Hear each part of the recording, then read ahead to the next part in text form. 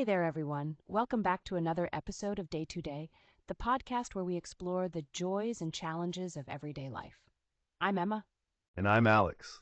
Whether it's personal growth, navigating relationships, or just tackling the chaos of the day, we're here to talk about it all and hopefully help you along the way. So grab your coffee, tea, or whatever keeps you going. And let's dive into today's episode. Hey everyone, welcome to today's episode. We've got something really intriguing lined up for discussion. We sure do.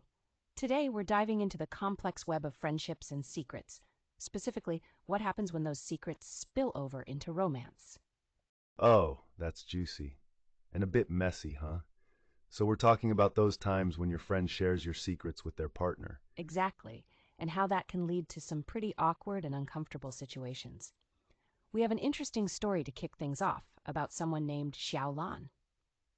Ah, yes, Xiaolan. She discovered that her friend Xiao Fen had shared Xiaolan's struggles with depression with her new boyfriend, Xiao Huang. Can you imagine the shock? It's not like Xiao Lan was ashamed, but she hadn't wanted others, especially a stranger, to know. Right. And this brings us to the bigger question.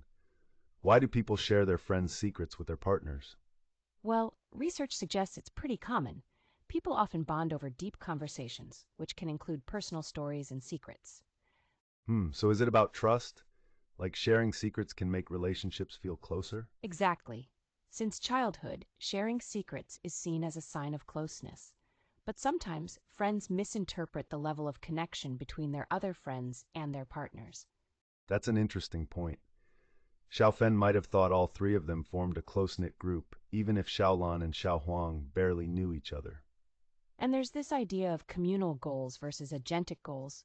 With friends, we often go for communal goals, aiming to keep peace, while in relationships we might be more assertive. So, people might think talking about friends' secrets with their partners could enhance that romantic bond. Exactly, though it's risky. Because for some, those friends' stories become social resources, a way to engage and sustain conversation.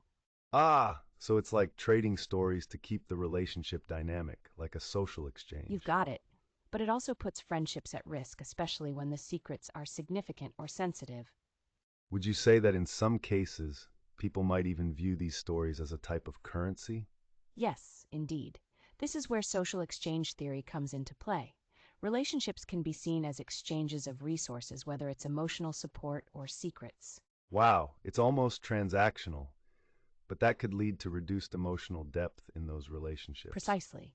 And if someone continuously treats friendships this way, they risk losing genuine connections. So, for people who prioritize romance over friendship, sharing secrets could be justified in their minds, even if it's hurtful. Right, but it raises a dilemma. How should someone handle a situation like Xiao Lan's without damaging the friendship? Well, I guess you could set clear boundaries. What do you think? Definitely. Talking openly about what was shared, seeking an apology, and reaffirming the importance of keeping certain things confidential. It really boils down to understanding, right? Friends need to recognize each other's boundaries and navigate these issues carefully. Exactly. And using communication strategies like avoiding confrontation and promoting mutual understanding can help. You mean like approaching with empathy? So it's not about blaming, but about reinforcing trust? Yes, and finding common ground, like ensuring both parties know what topics need to stay private. That sounds like a sensible approach. Maybe even setting some rules of friendship can help strengthen trust. Yes, it's all about making sure that the friendship matters to both sides, ensuring each person's needs are met, and respecting each other's privacy. Sounds like patching things up is possible if both parties value the relationship. Absolutely. True friends will appreciate honesty and respect those boundaries.